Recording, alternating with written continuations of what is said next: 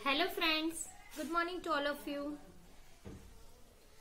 आज हम वो आगे जो सोनपाल लिमिटेड उसका सम था वो कंटिन्यू करते। आगे हमने क्लोजिंग स्टॉक के बारे में डिस्कस किया, यानी closing stock, insurance company admitted the claim, then profit and loss account, ये तीनों फाइंड आउट किया था। ठीक है, नाउ अब हम देखेंगे in the books of the ledger account, यानी कि सोनपाल सखेड़ा सोनपाल वो जो कंसाइनर है उसके बुक में कितने लेजर अकाउंट हमें प्रिपेयर करने हैं। 3 लेजर अकाउंट प्रिपेयर करने हैं, consignment account, consignee account, then goods sent on consignment account. Okay, let's सी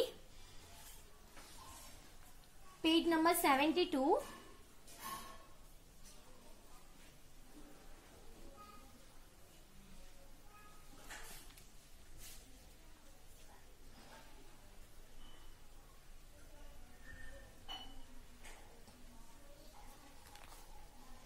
देखते हैं यहाँ पे Sonpal of सखेड़ा,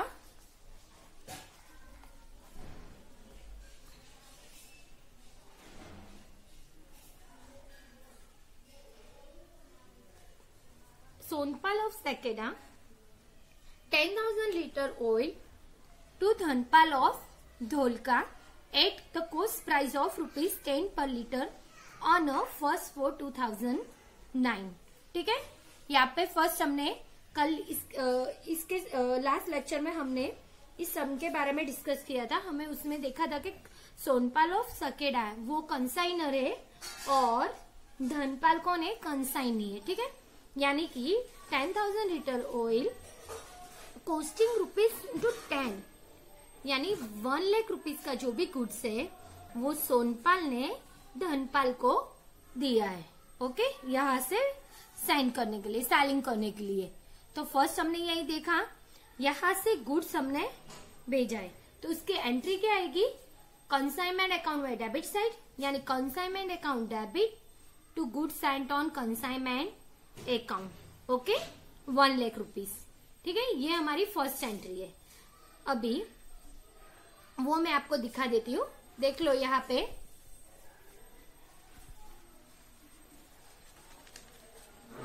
consignment account debit, यानी कंसाइनमेंट अकाउंट में debit side to goods sent on consignment account, goods sent 10,000 into 10 is equal to 1 lakh rupees. Okay, यहाँ पे ये जो गुड्स हमने सेंड किए वही। इसकी सेकेंड एंट्री कहाँ पे आएगी, देख लो, ये रही। यहाँ पे हमने डेबिट साइड लिखी है, उसकी ऑपोजिट इफेक्ट यहाँ पे होगी। यहाँ पे देख लो, goods send on consignment account में credit side by consignment account 1 lakh rupees. ठीक है, समझ में आ गया दोनों एंट्री, एक डेबिट साइड और एक क्रेडिट साइड। आगे बढ़ते हम लोग, ये सम ऑलरेडी मैंने कैलकुलेशन करके रख लिया है, सिर्फ आपको देखना है कि कौन सी इफेक्ट कहाँ पे होती है। ओके, नाउ नेक्स्ट ये देख लो, Sonpal paid ₹1,500 for a freight, then 500 for insurance while sending the goods। यानी कि सोनपाल ने जो गुड्स धनपाल को दिए हैं सेलिंग करने के लिए, उसके साथ साथ उसने एक्सपेंस भी पे किए हैं। कितने, 1,500 देन 500, यानी 2,000 रुपीज के एक्सपेंसेस पे किए। किसने पे किए, सोनपाल ने पे किए, यानी कंसाइनर ने पे किए। कंसाइनर को पता है कि मुझे वापस पैसे नहीं मिलने वाले, इसलिए उसके पास से जो भी है वो कैश जाएगा। ठीक है, यानी कैश, इसका नाम क्या होगा, कैश बैंक में आएगा। और आपको पता है कि एक्सपेंसेस हम लोग कहाँ पे लिखते हैं, डेबिट साइड मेंशन करते हैं, यानी कंसाइनमेंट अकाउंट में डेबिट साइड हम लिखेंगे टू कैश बैंक अकाउंट 50,000। उसकी सेकेंड इफेक्ट नहीं आएगी। क्यों नहीं आएगी, क्योंकि कैश बैंक अकाउंट नहीं है। तो देख लो यहाँ पे कंसाइनमेंट अकाउंट में debit side all expenses, commission expenses, bad debts, discount, bad debts, वो सब हम लोग यहाँ पे लिखेंगे क्योंकि ये लॉस है कंसाइनमेंट के अकाउंट में। यानी to cash bank account 1,500 plus 500 is equal to 2,000 rupees. ये हमने इसकी इफेक्ट कर ली। ठीक है, इस एंट्री के हमने 2,000 रुपए का ट्रांजेक्शन कर लिया। ठीक है, अभी इसके बाद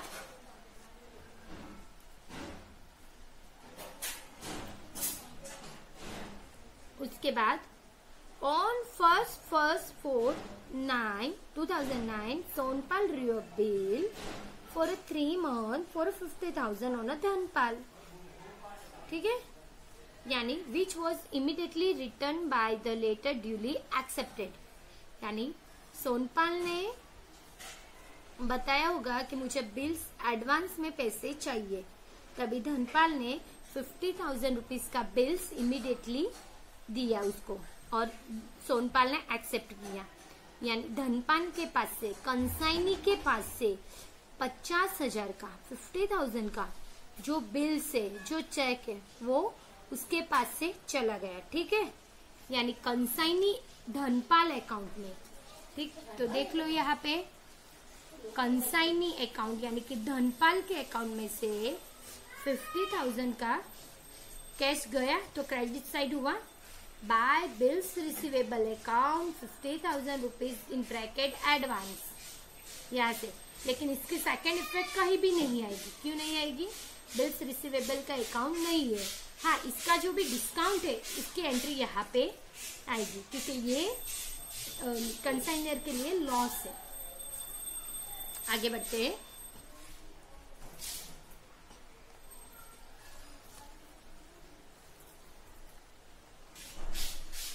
देख लो, ये Dhanpal immediately written by letter duly accepted. After 1 month, Sonpal discounted this bill in the back at the rate of the 18,000 discount on a per annum. यानी कि ये 50,000 का बिल जो धनपाल ने सोनपाल को दिया है वो आफ्टर 1 मंथ सोनपाल अपने पास चेक रखता है, बिल्स रखता है। उसको पता है अभी मुझे डिस्काउंटेड नहीं करना, पैसे जब इमीडिएटली मुझे जरूरत होगी तुरंत मैं डिस्काउंटेड करूंगी। ठीक है, तभी आफ्टर 1 मंथ यानी कि 1 मंथ के बाद ये देख लो, ये बिल्स है 3 मंथ का, 3 मंथ का बिल्स है और आफ्टर 1 मंथ वो डिस्काउंटेड कर रहे हैं। यानी 3 मंथ में से 1 मंथ गया, हमारे पास 3 मंथ का अगर रेंट पे करना होता है हमें तो हम क्या करेंगे, 1 मंथ के बाद ही रेंट पे करते हैं ना। हम लोग रही ही नहीं जिस घर में। समझ में आ रहा है? मैंने एग्जाम्पल दिया है तो 3 मंथ का था लेकिन 1 मंथ के बाद डिस्काउंटेड किया तो 2 मंथ हुआ ना, 2 मंथ का डिस्काउंटेड बाकी है। ठीक है, रिमेनिंग डिस्काउंटिंग 2 मंथ का रेट हमें कैलकुलेट करना है।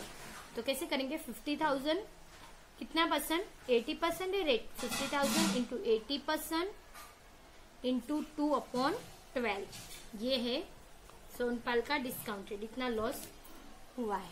ओके, तो देखते हैं यहाँ पे 2 bills receivable account 50,000 into 80% into 2/12 is equal to 1,500 rupees. इतना डिस्काउंट हमें होगा हमारे पास। ओके, क्योंकि ये कंसाइनर के लिए लॉस है इसलिए हम लोग यहाँ पे लिखेंगे। उसकी सेकेंड इफेक्ट नहीं आएगी।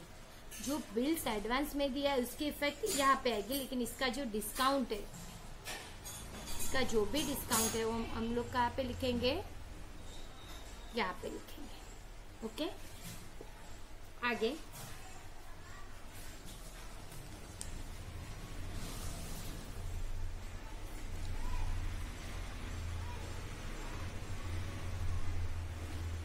आफ्टर 1 मंथ हो गया।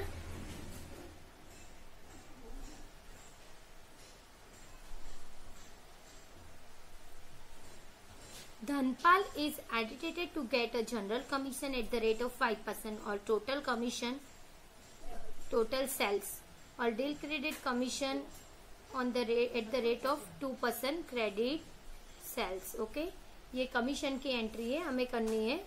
यानी कि धनपाल है और धनपाल यानी कंसाइनर, ठीक है, सॉरी कंसाइनी, धनपाल कंसाइनी को 2 कमीशन यहाँ पे दिए। आपको ये तो पता है, आगे आगे आया था जनरल कमीशन, यानी जितना भी हमने सेल्स किया उसका 5% करेंगे हम लोग।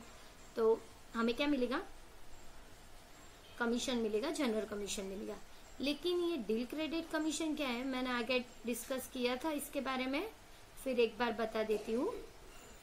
आप यहाँ से कोई भी गुड सेंड करते हैं सेलिंग करने के लिए एजेंट को, तो वो एजेंट क्या करेगा, वो सेलिंग करेगा। लेकिन आपको पता है कि आपको क्रेडिट सेल्स पे, उधार पे माल बेचना है और कस्टमर वापस पैसा नहीं देगा, तो आप ये रिस्क नहीं लेते। आप एजेंट को बताएंगे आप जो सेलिंग करेंगे वो मैं उसका कमीशन तुझे पे करूंगी, लेकिन अगर तुमने क्रेडिट सेल्स पे कुछ भी सेलिंग की है, उधार पे कोई भी माल बेचा है, तो उसका मैं एक्स्ट्रा कमीशन दूंगी, डील क्रेडिट कमीशन दूंगी। ठीक है, सेलिंग पे ये तो कमीशन मिलेगा, जनरल कमीशन पूरे सेल्स पे। लेकिन तूने कुछ माल उधार बेचा है तो उस पे मैं extra commission, deal credere commission दूंगी। लेकिन इसका जो भी लॉस हुआ, बैड डेट्स हुआ, वो तुझे पे करना होगा, मुझे उससे कुछ भी लेना देना नहीं है। ठीक है, ये डील कंसाइनर सोनपाल ये डील उसके सामने रखता है। ठीक है, उसको हम बोलते हैं डील क्रेडिट कमीशन। समझ में आया? तो हमें क्या करना है, जो हमारे पास टोटल सेल्स है उसका 5% करेंगे, और जो हमारे पास क्रेडिट सेल्स से उधार में जो माल बेचा है उसका 2% करेंगे, और दोनों का ऐड करके हम लिखेंगे टोटल कमीशन। ओके, इसकी एंट्री हम लोग यहाँ पे कर लेते हैं, लेकिन सेलिंग करने के बाद देखते हैं। ये रही सेलिंग की एंट्री करने के बाद हम लोग ये कमीशन की एंट्री करेंगे। ये रहने देते अभी, बाद में देख लेंगे।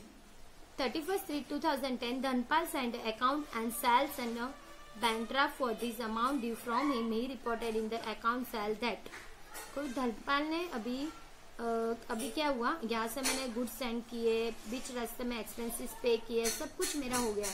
अभी धनपाल बताता है कि मैंने क्या किया, उसने कुछ सेलिंग किए हो गए, एक्सपेंसेस किए हो गए, वो सब वो दिखाता है। तो उसमें उसने बताया फर्स्ट कि there was a loss of 50 litre oil due to natural cases.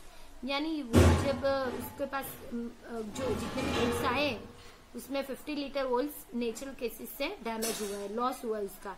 और सेकेंड इसमें बताया कि loss of 100 litre oil due to theft in transit, और दूसरा जो 100 लीटर ऑयल था वो थेफ्ट हो गया है इन ट्रांजिट में। ठीक है, मुसाफिर करते टाइम वो चोरी हो गया है goods. And the insurance company admitted claim of ₹800, उसमें सिर्फ 800 रुपीज का इंश्योरेंस कंपनी का क्लेम पास हुआ है। ठीक है, ये सब इसने बताया। तो हमें ये दोनों एंट्री में हमें क्या पता चल जाएगा, ये इंश्योरेंस कंपनी का क्लेम लिखना है, उसके साथ साथ प्रॉफिट एंड लॉस अकाउंट का लिखना है, और उसके साथ साथ क्लोजिंग स्टॉक। ये तीनों ही अमाउंट हमें क्या पे लिखनी है, कंसाइनमेंट अकाउंट में क्रेडिट साइड। देख लेते हैं यहाँ पे कंसाइनमेंट अकाउंट में क्रेडिट साइड, तो देख लो हमने यहाँ पे लिखी है बाय इंश्योरेंस कंपनी। ये कहाँ से मिलेगी आपको पता है ना, हमने जो आगे का क्या किया था, क्लोजिंग स्टॉक कैलकुलेट किया था। ये रहा, कैलकुलेट द क्लोजिंग स्टॉक। ठीक है, ये रहा, हमने ये लॉस फाइंड आउट किया था, उसमें से हमने डिवाइड किया था। इंश्योरेंस 800 है और 220 प्रॉफिट एंड लॉस हुआ, ये हमारा क्लोजिंग स्टॉक। ये तीनों एंट्री हमें 1, 2 और 3, ये तीनों एंट्री हमें कंसाइनमेंट में क्रेडिट साइड करनी है। तो देख लो, कंसाइनमेंट में एक by insurance company accepted a claim 800, profit and loss 220, then closing stock on sold good 399। Okay, ये तीनों एंट्री हमने कर ली। ठीक है, इससे हमें क्या करना है, जो जितना भी हम लोग सम्स रीड करेंगे उसके साथ जो जो एंट्री आएगी वो हम लिखते जाएंगे। ओके, आगे बढ़ते हैं।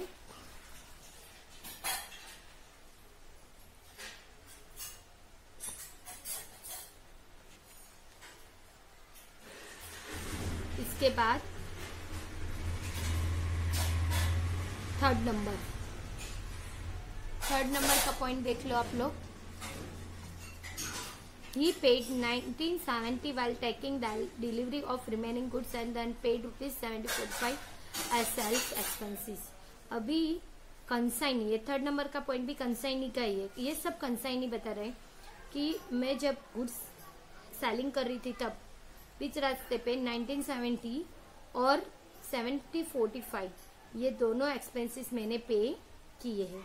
आपको पता है ये एक्सपेंसेस किसने पे किए? कंसाइनी ने पे किए ना, ठीक है। कंसाइनी ने पे किए तो उसके पास से पैसा जाएगा तो कंसाइनी अकाउंट में क्रेडिट साइड और कंसाइनमेंट अकाउंट में डेबिट साइड आएगा, क्योंकि कंसाइनमेंट में ऑल एक्सपेंसेस डेबिट साइड होते हैं और लॉस, ठीक है। तो ये दोनों एक्सपेंस की एंट्री कहाँ पे होगी? ये दोनों साइड होगी। मैं बता देती हूँ आपको, देख लो।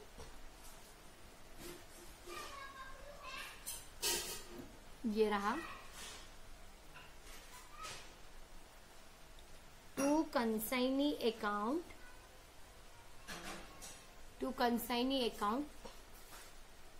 एक्सपेंस, डिलीवरी चार्ज और सेल्स एक्सपेंस दोनों को मिला के टोटल, ठीक है। उसकी सेकेंड एंट्री यहाँ पे है, देखो। By consignment account consignee's expense 3,750। Okay, ये दोनों इफेक्ट हमने यहाँ पे कर लिए। ओके, ठीक है, समझ में आ गया आपको? आगे बढ़ते हैं हम लोग।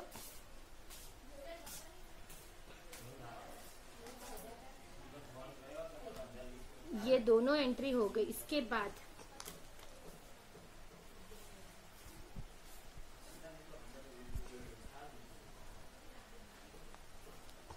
ये देख लो,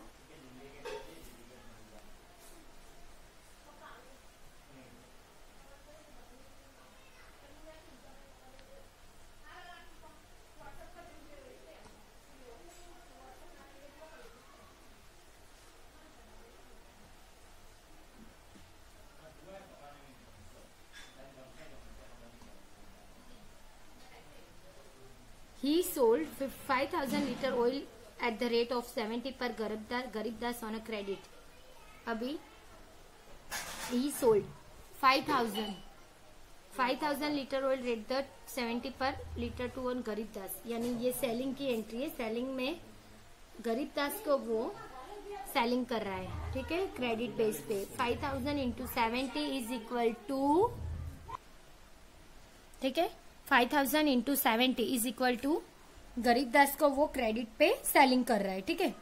क्रेडिट पे यानी ये क्रेडिट सेल्स हुआ। मैंने आगे बताया था ना कि डील ट्रेडेड कमीशन में क्रेडिट सेल्स पे हमें कमीशन काउंट करना है, ठीक है, इसकी कैलकुलेट करनी है। तो ये सेलिंग हुआ, उसके साथ साथ सेकेंड सेलिंग के देखते हैं।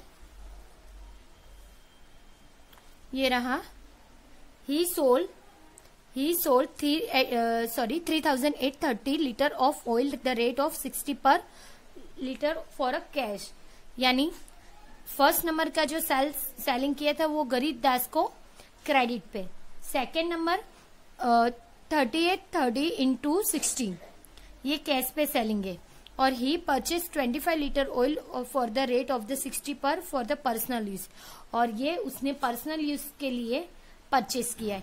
ये तीनों ही सेलिंग कंसाइनी यानी धनपाल ने किया है। तो ये सेलिंग की एंट्री हम लोग देखेंगे, यहाँ पे देख लो।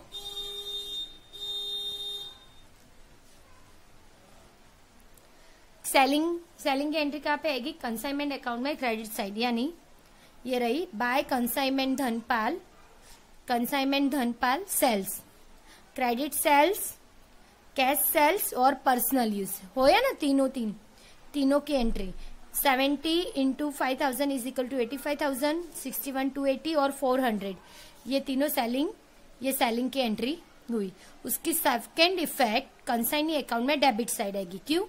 क्योंकि ये गुड्स हम सेलिंग करने के लिए दे रहे, किसको दे रहे? कंसाइनी को दे रहे। तो हमारे पास से ये गुड्स चले जाएंगे, यानी हमारे पास से क्रेडिट, और सामने वाले एजेंट कंसाइनी धनपाल उसको रिसीवर मिलेगा। तो वो होगा डेबिट।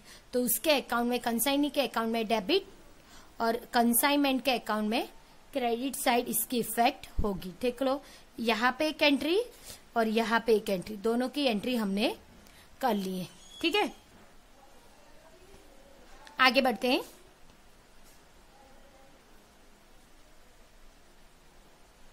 अभी इसके साथ साथ मैं आपको कमीशन के बारे में बता देती हूँ। हमने वो कमीशन का मैंने आपको बताया कि कमीशन की एंट्री हमने रहने दी थी। तो ये देख लो, कमीशन में डील क्रेडिट कमीशन यहाँ पे ना 2% और 5% on a general commission. Okay, ये दोनों की एंट्री करनी है। तो देखो यहाँ पे ये रही इसकी एंट्री, यहाँ पे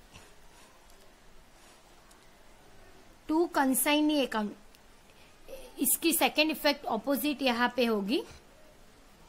और कमीशन कंसाइनर के लिए क्या है, लॉस है। ठीक है, तो इसकी यहाँ पे एक इफेक्ट होगी। तो देख लेते, to consignee account commission, general commission उसने बताया कि जनरल कमीशन 5% और del credere commission 2%। General commission 5%, लेकिन किसका 5% करना है, ये टोटल तीनों मिला के कितना हुआ, 14, 16, 18। ठीक है, 1,46,680। ये जो है इसका 5% हमें जनरल कमीशन करना है। देख लो, ये मैंने किया 5%, तो ये हमारा कमीशन हुआ। उसके साथ साथ डील क्रेडिट कमीशन भी काउंट करना है। डील क्रेडिट कमीशन लेकिन किसके बेस पे होगा, ओनली क्रेडिट सेल्स पे। अगर एग्जाम में क्रेडिट सेल्स नहीं दिया तो फिर हम हमारा जो टोटल सेल्स है, यानी कि ये जो टोटल सेल्स है इस पे कैलकुलेट करेंगे। ठीक है, ओके, इसका 2% कर सकते हैं हम लोग, लेकिन क्रेडिट सेल्स दिया है या नहीं दिया वो हम देखते हैं। तो ये तीनों देखो, ये रहा ना क्रेडिट सेल, कैश सेल्स और पर्सनल। तो ये रहा क्रेडिट सेल्स, यानी क्रेडिट सेल्स दिया है। तो क्रेडिट सेल्स कितना है, 85,000 है। तो इसका 2% हम लोग डील क्रेडिट कमीशन काउंट करेंगे। तो देखो, to del credere commission 85,000 into 2% यानी 1,700, ये दोनों को मिला के 9,034 रुपीज हमें कमीशन टोटल मिला है। तो हमने क्या किया, परफेक्टली पता चल गया आपको। टोटल जो सेल्स है उसमें 5% जनरल कमीशन कैलकुलेट किया और जो क्रेडिट सेल्स पे हमने सेलिंग की थी उस पे 2%, 85,000 पे 2% हमने किया। बस इसी तरह आपको ये कमीशन कैलकुलेट करना है। ओके, आगे इसकी सेकेंड इफेक्ट यहाँ पे होगी, ये देख लो। ठीक है, समझ में आ गया, कमीशन का पॉइंट आपको समझ में आ गया कंप्लीटली। बस आपको एग्जाम में ये डील क्रेडिट कमीशन आएगा ही, और आपको क्या करना है, क्रेडिट सेल्स दिया है तो उस पर कैलकुलेट करना है, अगर नहीं दिया तो टोटल सेल्स पे कैलकुलेट करना है सेकेंड टाइम। अगर नहीं, ये क्रेडिट सेल्स नहीं दिया होता तो आप क्या करोगे, फिर से ये टोटल लोगे, यहाँ पे लिखोगे, उसका 2% करके दोनों का टोटल करोगे। ओके, इसी तरह से आगे। उसके बाद Garibdas was deal credit insolvent after having recovered rupees 80,000 out of the amount due from him. ठीक है, गरीबदास, अभी गरीबदास कौन है, तो आपको 4th नंबर के जो ट्रांजेक्शन है, जो एडजस्टमेंट है, सॉरी 4th नंबर का जो एडजस्टमेंट है उसमें लिखा है कि ही सोल्ड 5,000 लीटर ऑयल ₹2.70 पर off to Garibdas on a credit.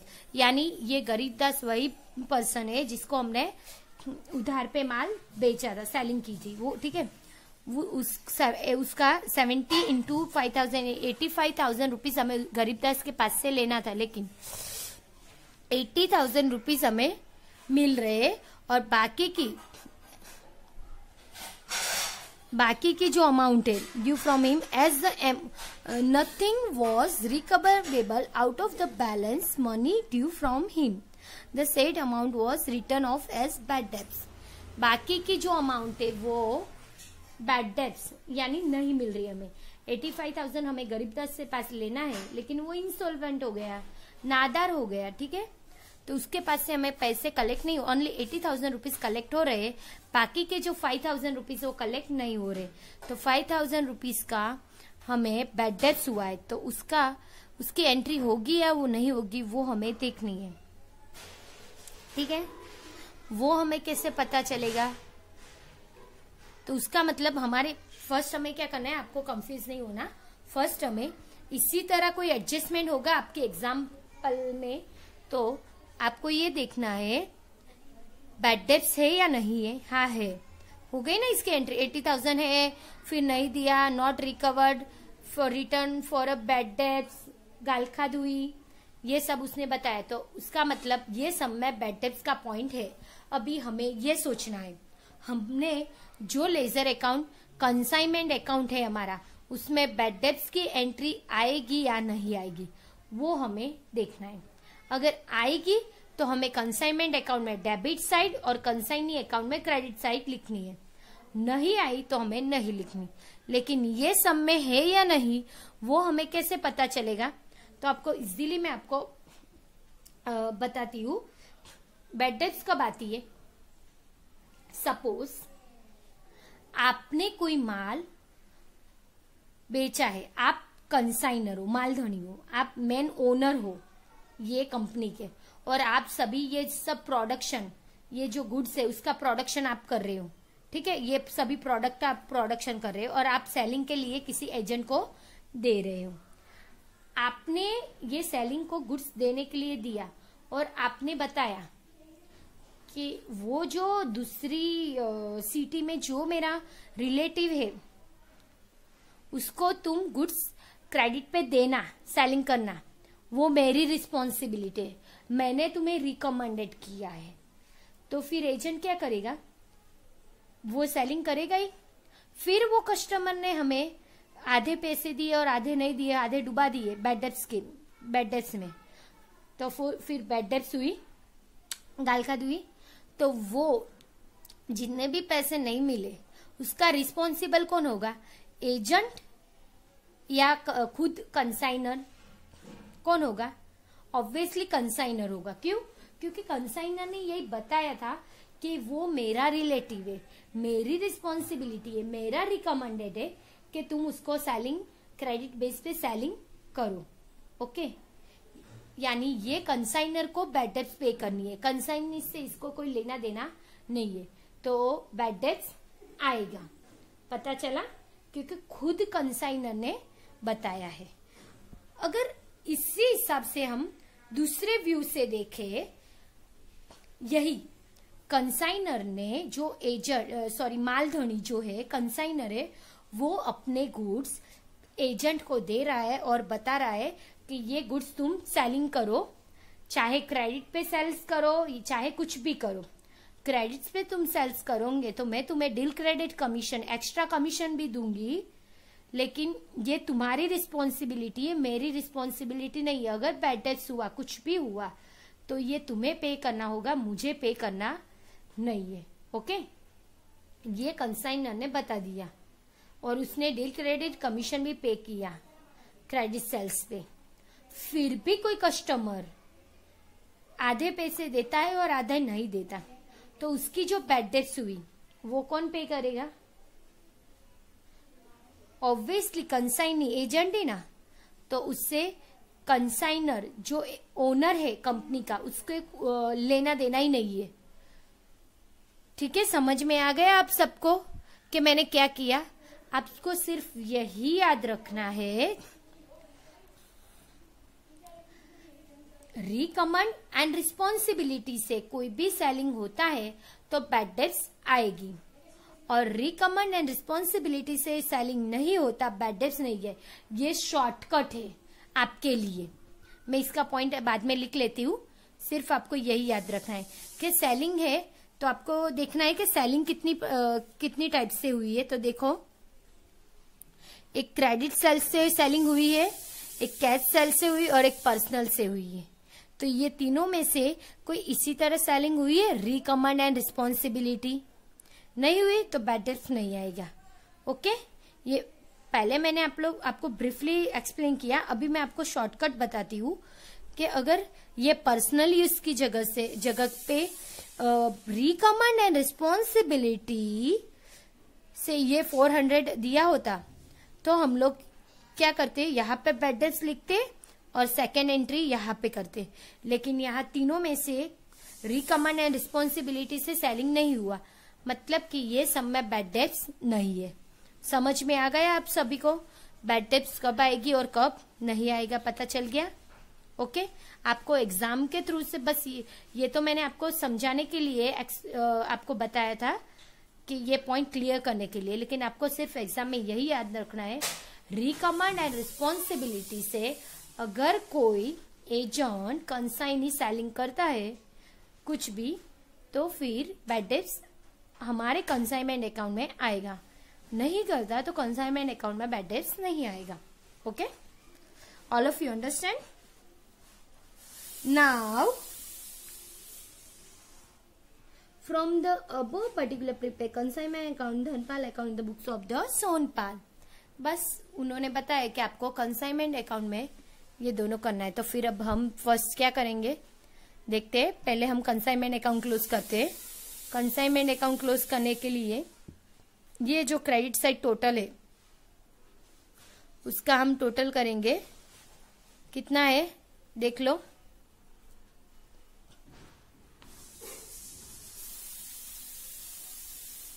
1,58,099 rupees ये हमारा टोटल हुआ, ये सभी एंट्री का। ओके, इसमें से ये सब हम लोग क्या करेंगे, लेस करेंगे। तो हमें कितना मिलेगा, 41,850 रुपीज इतना हमें प्रॉफिट मिलेगा। ये प्रॉफिट है कंसाइनमेंट अकाउंट में, यानी to profit and loss account consignment, ये कंसाइनमेंट का प्रॉफिट हमें मिला। ये लेजर अकाउंट हमने क्लोज किया कंसाइनमेंट अकाउंट का। सेकेंड हम करेंगे कंसाइनी अकाउंट, देख लो। फिर यही इसका जो टोटल है यहाँ पे लिख लेंगे, इसमें से ये सब हम डिडक्ट करेंगे तो कितना मिलेगा, bank draft 8,39,31। Okay, sorry 83,931 rupees इतना हमें मिला। उसे हम लिखेंगे cash bank account by settlement. और लास्ट है यहाँ पे 1 लाख रुपीज था, तो ये जो 1 लाख रुपीज है यहाँ पे कुछ नहीं है, तो हमने ट्रेडिंग अकाउंट में यहाँ पे लिख के ट्रांसफर किया, दोनों अकाउंट क्लोज कर लिए। देख लो। ओके, ठीक है, समझ में आ गया आप सभी को कंप्लीटली? बस उसी तरह से हमें ये अकाउंट क्लोज करना है।